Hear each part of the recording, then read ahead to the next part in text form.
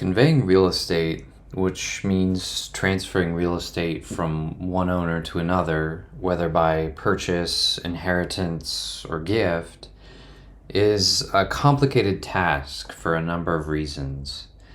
One is that, as we talked about, real property is a bundle of rights, and only certain slices of that bundle may actually be conveyed in a single real estate transaction.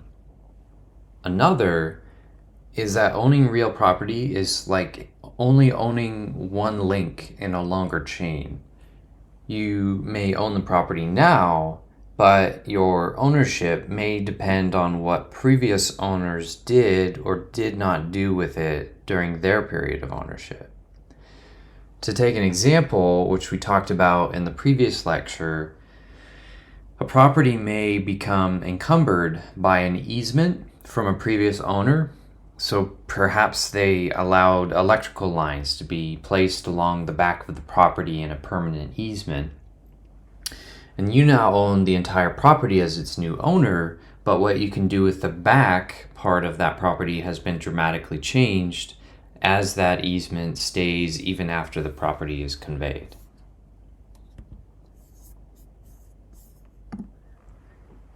Evidence of conveyance or transfer of property takes the form of a number of items. One is a deed, which is a recorded document that we'll talk more about shortly. And a recorded document is a document which has been recorded publicly and with the government. For real property, recorded documents are usually publicly recorded at the county level.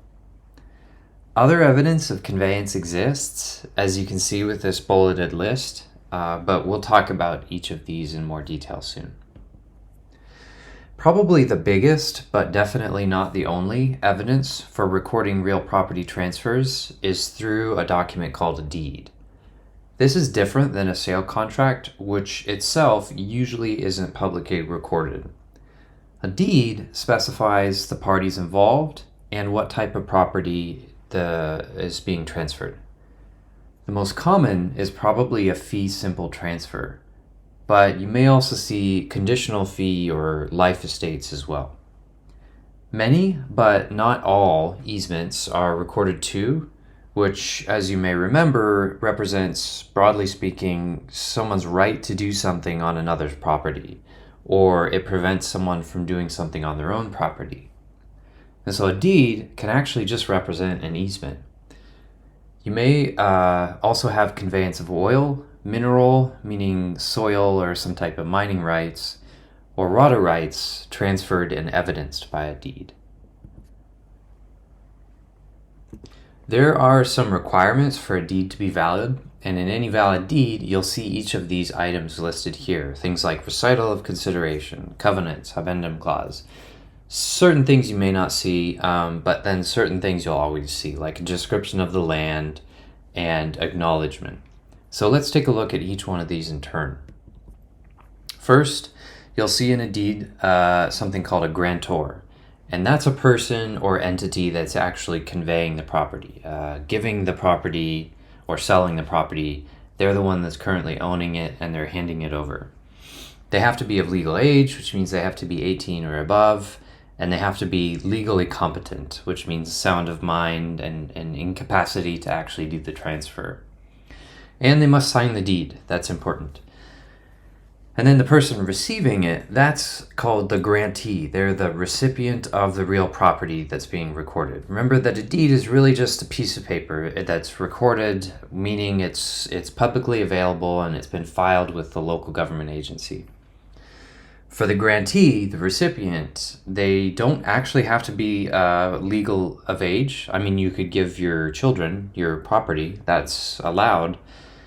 And there's no need to be competent. And then you really just need to have that person to be identifiable. There's got to be someone to give it to.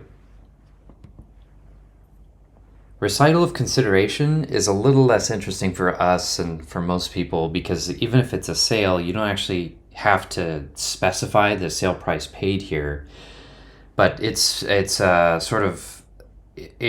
piece of language in the deed that says something was given a value for the property that's being conveyed here. Conveyed meaning transferred.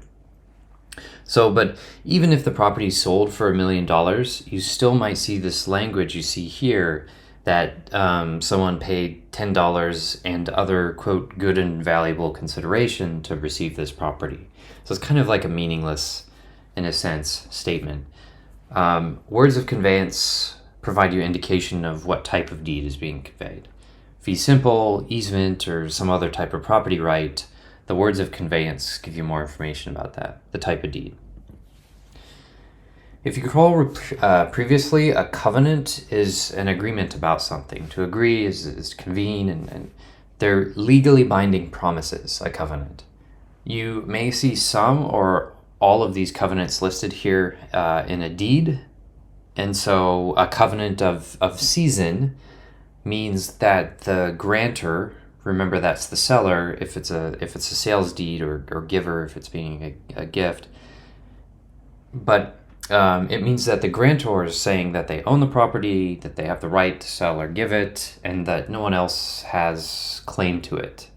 If this is here in the deed, if this covenant is listed, and it turns out that they don't have the right to claim it, then the grantor would be liable for fraud. Covenant against encumbrances mean that other than what's been specified in the deed itself, no one else has claim on the property, such as a bank holding a mortgage on it, an outstanding mechanic's lien, an easement, that sort of thing. Habendum clause is a bit legalese, but it's also important.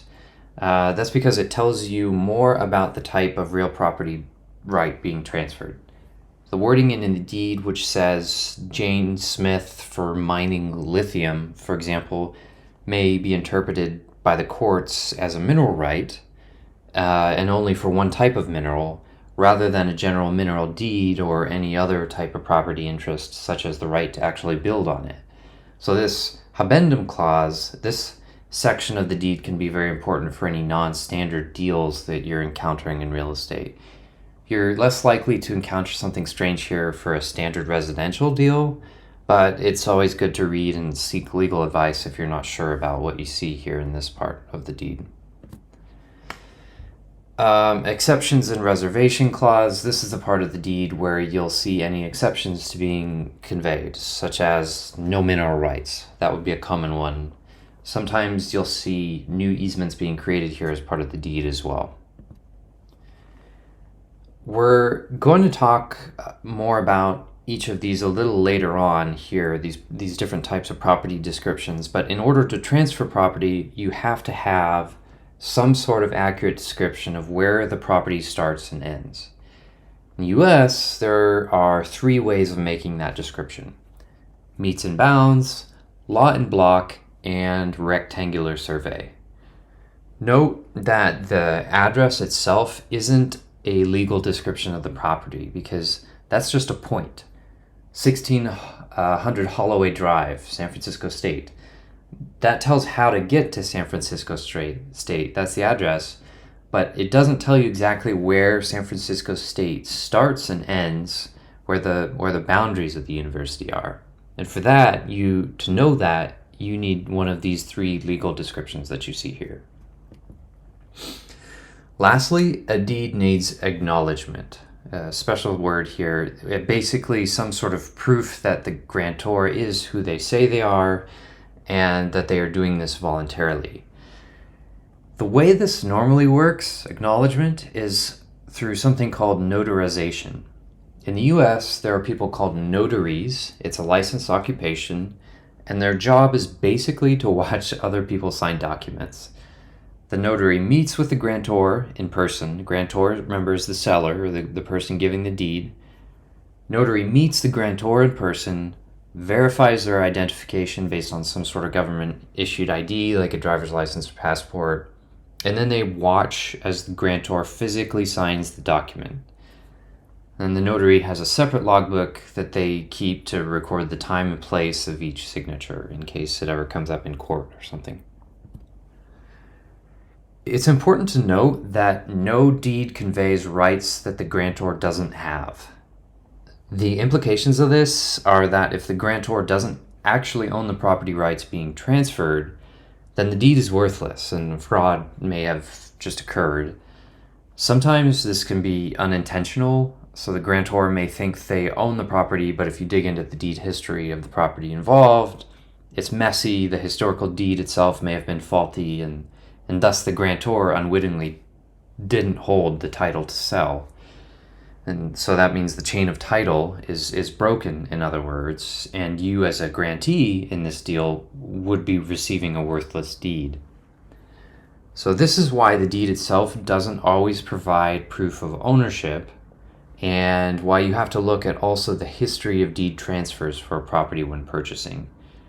That history of deed transfers is what's known as the chain of title. It's like you look at a property and you look at all the deeds that have gone on it over time, and together they piece a story together, from transfer of one to the other, from one to the other, from one party to the next.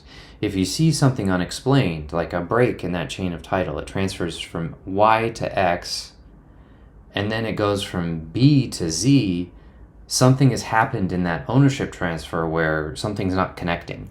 The chain of title is broken. And that's why you have to look at the chain of title to see if the current deed on it is actually valid. Even when the ownership transfer is legitimate, deeds can still vary in quality. Here are the few of the most common types of deeds that you'll see in practice. A general warranty deed is the strongest deed that a grantor can make. Effectively, it provides a warranty against any and all competing claims which aren't already spelled out in the deed itself. A special warranty deed is second best in that it's the same as a general warranty deed, but the warranty is only provided for the period of ownership for the grantor. So, I'm only warranting it that I own this property for the time period that I owned the property, and then I don't cover anything that's before that. That's a special warranty deed. If something was broken along the chain of title prior to the grantor originally gaining ownership, then that wouldn't be covered. And then third best, we have deed of bargain and sale. This type of deed is basically the grantor saying, I own title to this property and can sell it, but I don't warrant anything else. And then last, you have a quitclaim deed. This is different. It isn't very worthwhile as a deed, and essentially it's the grantor saying, I'm not saying I own the title, only that if there is any interest in this property I'm entitled to, I'm giving it up here with this deed. That's a quitclaim deed. I quit. Quitclaim deeds, they're not really deeds that you see in sale transactions. Where they usually show up is in divorce proceedings, where one spouse is being removed from the title of a shared property as part of just splitting up assets. One spouse is getting removed from the property, and it's on the public record that he or she is giving up ownership, all ownership in this property. Taking a look at a few of these deeds of ways of conveying transfer of real property, I think we can see that ownership transfers are complex and there's room for error. There's also situations which ownership can convey without it being recorded on a deed, though, which we'll see next.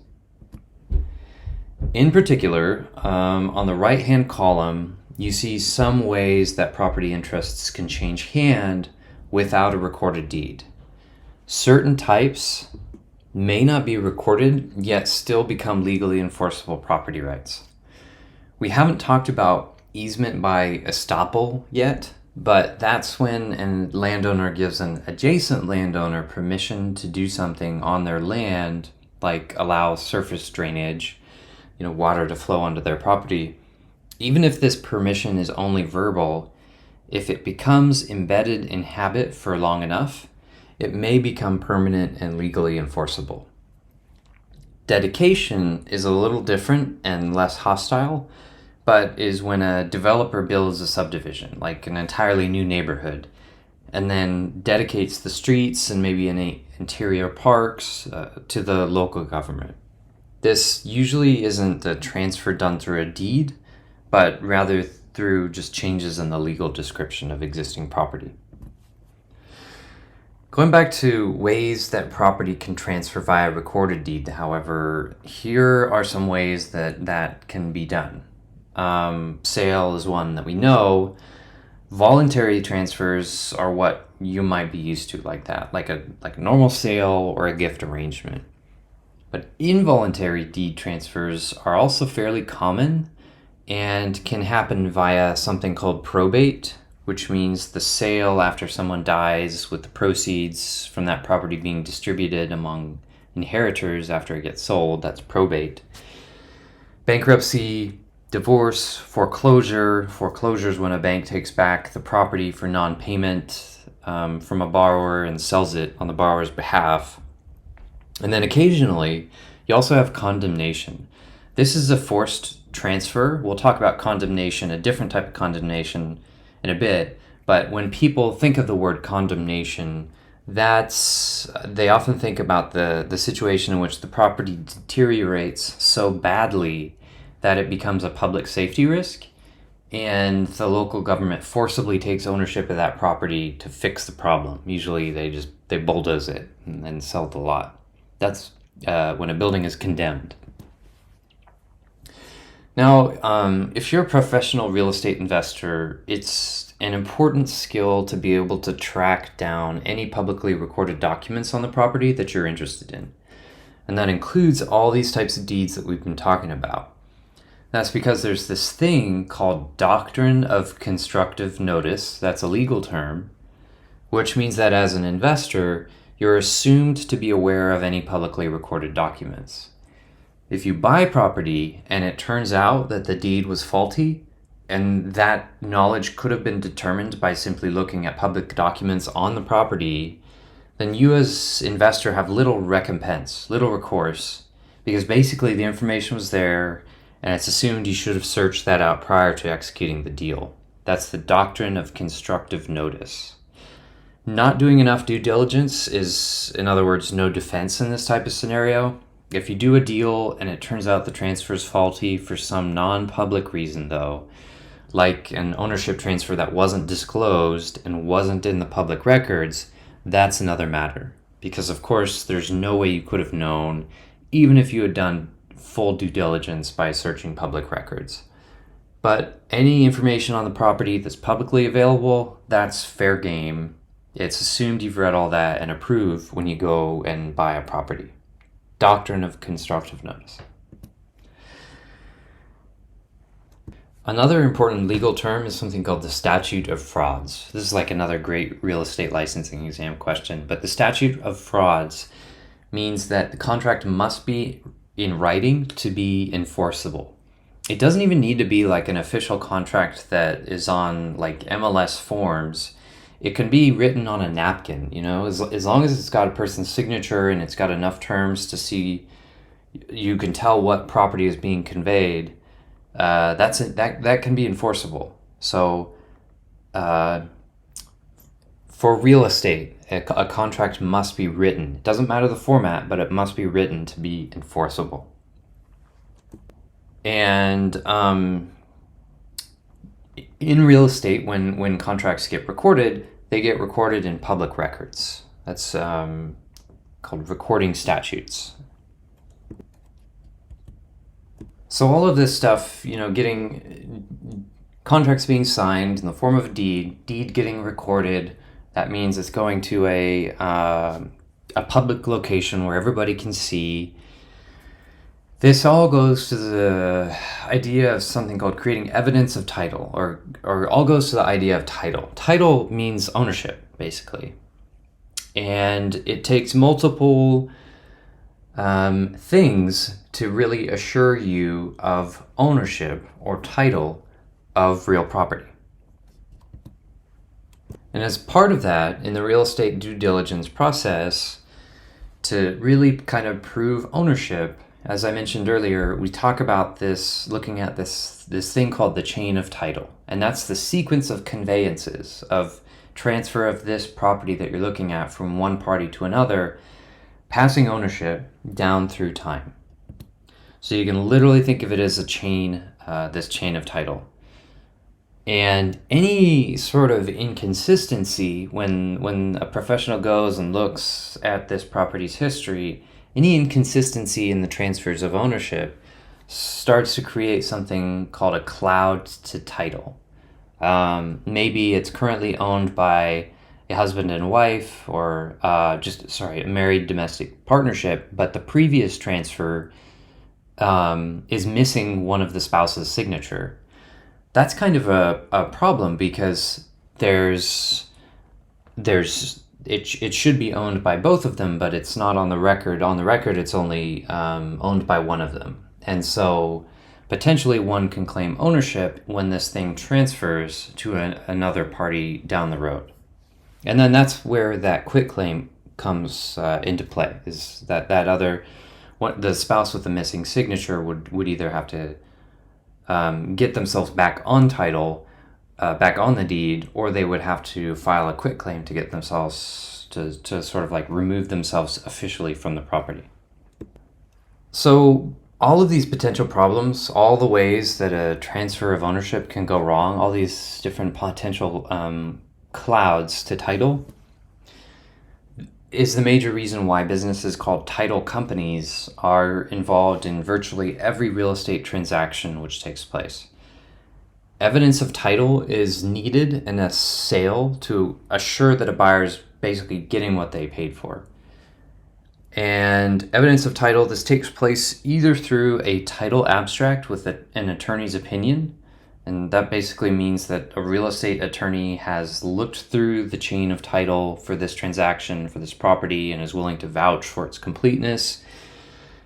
Or, more commonly, a title insurance commitment, which means that for a fee, the title company is willing to make the buyer whole and cover any necessary costs to clear title if it turns out later that there's something wrong with the ownership transfer.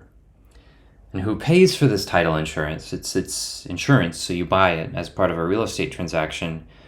Who pays for it, whether it's the buyer or seller, usually a subject of negotiation and or local custom. So it can be really local indeed. I mean, for the residential market, for example, for homes, which fees are responsibility of the seller and which of the buyer, including this title insurance, can even just depend on which side of the Bay Bridge you're looking at. Like the SF is going to have different local customs for residential real estate transactions than Oakland, for example. So, but basically, title insurance covers a lot. So if it turns out you bought this property, it turns out you bought it from someone who didn't actually own it, and you bought title insurance, then it protects you as well, and or your lender against that problem. So they will cover the litigation costs and any loss of value to you as a result of that mess. There is some controversy about cost and coverage. I mean, title insurance can be expensive. For like a $300,000 property, you may pay a couple $1,000s in title insurance. And the probability, especially for relatively simple residential real estate, commercial is kind of a different deal. But for typical residential real estate, the likelihood that you run into problems with title is generally pretty low. And yet title insurance is more or less part of every single deal, kind of by custom. And so it's as far as a business, it's a really profitable business, being a title insurance company. But really, when you look at a chain of title in practice, where most problems occur, if you weren't going to do title insurance at all, what you would want to look at is really the most recent few transactions. Because if you go beyond that, a lot of the parties are already kind of dead. And that part of the chain of title has cooled off as far as who owns what. And so the biggest risk to you, if you're looking at the chain of title and not doing title insurance, is to look at the few most recent transactions. Okay, kind of moving on to legal descriptions of land. Recall that in order to transfer real property, you can't just use an address. You have to have an accurate, publicly available description of what's actually being transferred, and you have to have a geographic definition of the boundaries involved for this property, the geographic boundaries. These are what are called legal descriptions of real property, and there are 3 ways to make that description. So in the next few slides, we'll talk about each one in turn. We've got meets and bounds, government rectangular survey, and plat, lot, and block. Meets and bounds method is the oldest method of describing the boundaries of a property, and it was invented before the days of easy availability of latitude and longitude, GIS and all that. So this description goes way back, and basically someone with a chain, because back then that's how you would measure distance, by the number of links in a chain, you'd count them. They'd go out to the property with this big chain, find a big rock or something, some big landmark, start there, and then literally measure how many chains the property went along its boundaries and in what directions relative to that original rock starting point. These days, meets and bounds descriptions, the old descriptions that were there on those properties originally, they've been updated with GPS coordinates, so those property descriptions are much more accurate and stable, but you still see those old meets and bounds descriptions of property, especially in a lot of East Coast states, the old original colonies.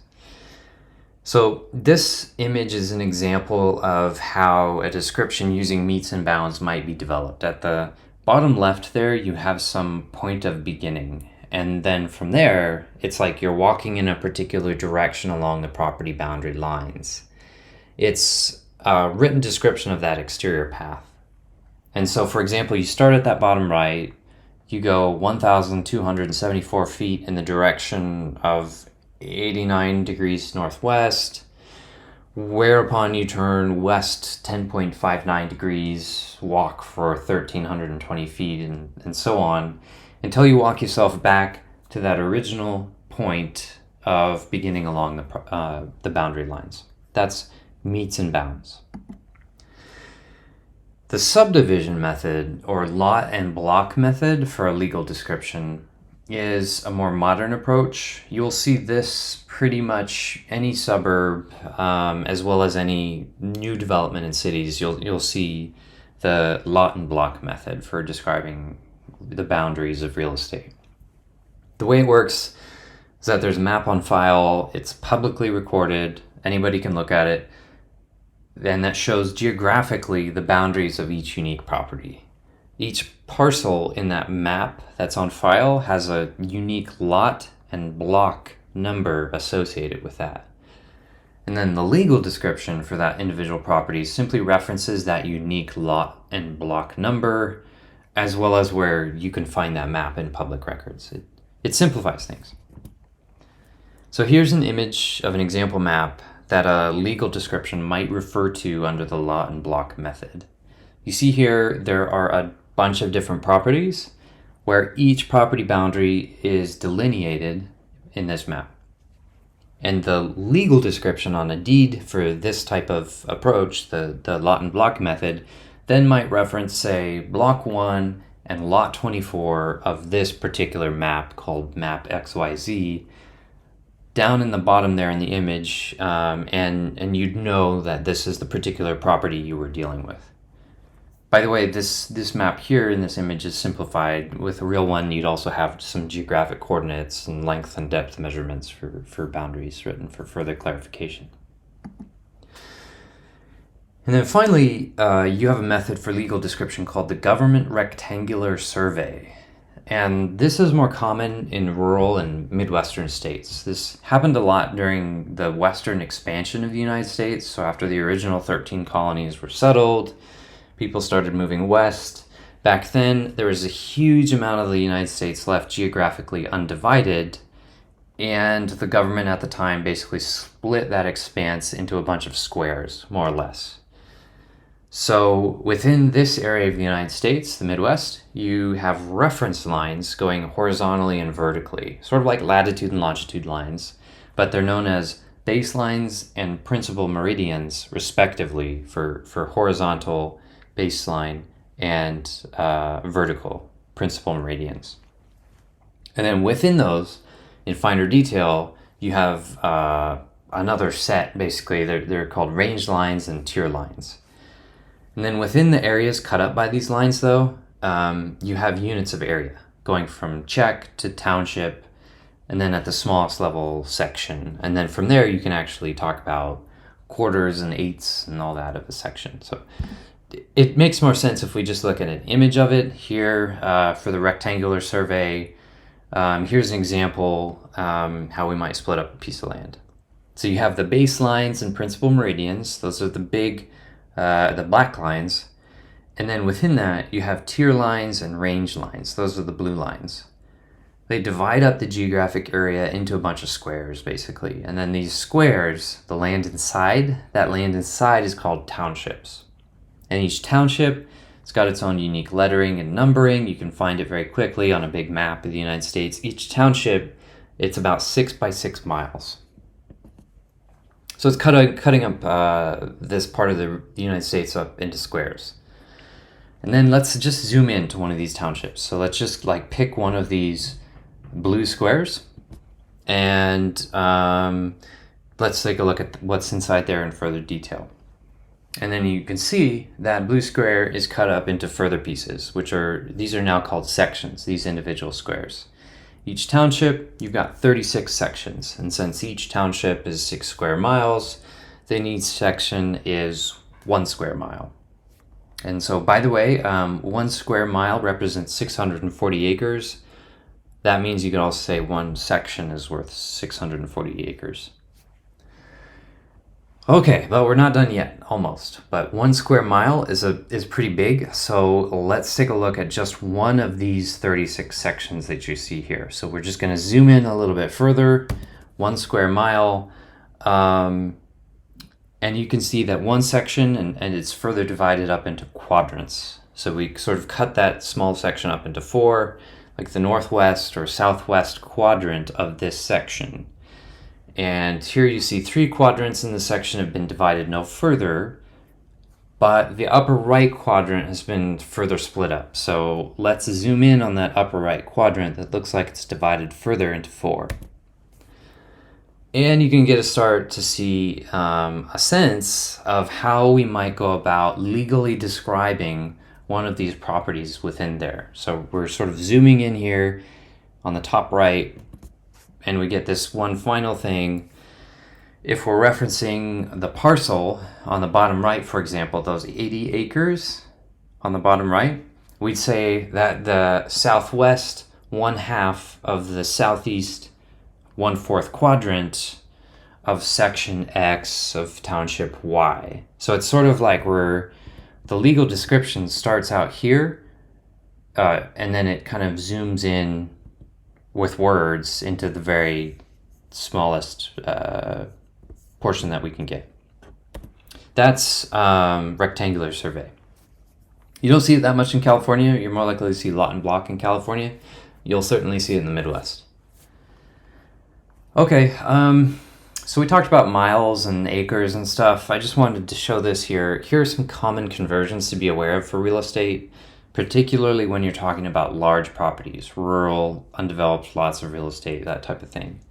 So one section is 1 square mile, and you can also say 1 square mile is 640 acres. And 1 acre is 43,560 square feet. You may or may not actually be required to memorize this for the licensing exam. If you ever take an appraisal exam, certainly you'll have to memorize this. But these are just handy to know that you can go from one to the other. You don't necessarily have to memorize them, but they may come in handy for you sometime.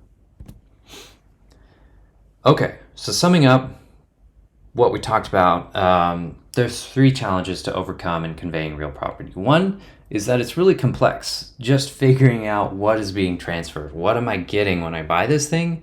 It's not always just the building, or maybe it is just the building and everything else about this property is excluded. You find all that out in part by looking at the deed. But looking at the deed that's kind of showing the ownership transfer for this deal you're purchasing is not enough. You have to look at the history of ownership as well to be assured that you are getting what you think you're getting and what the seller is representing he or she is selling. And then also, you have to have a geographic distinction of what it is you're buying. And the legal description is what is there on the records that tells you what exactly you're buying when you're buying a piece of real estate, physically speaking. And deeds are kind of central to all this. It's not just one deed in particular, it's really the chain of deeds for a particular property, but they play a central role because they list what's being transferred, they list covenants, and they're publicly recorded. So it's sort of a public record of what's going on with this property. All right, and not quite done yet, but almost just summing it up. We talked about some ways to go back and search to make sure that the ownership record is clear for this property if we're looking at buying it. And the way that we talked about doing that is by looking at the chain of title for the property. And if there's cloud to title, usually it's a title company that kind of does this for us, but there's a cloud to title, it's going to present a problem for us to finish this deal. The title company is not going to want to do title insurance on it because they know that there's a likelihood that they may have to pay out. And for that deal to go through, any cloud to the title will have to be cleared. If it is, though, the title company will offer title insurance. Buying title insurance will ensure that when you buy the property, you know that it's truly yours, at least according to what you're buying in the deed. And again, the deed is going to have the property description in it. It's describing the property that's actually being transferred in a physical setting, and that's going to be either the meets and bounds method, subdivision, lot and block, which is the most common one for California, or the government rectangular survey.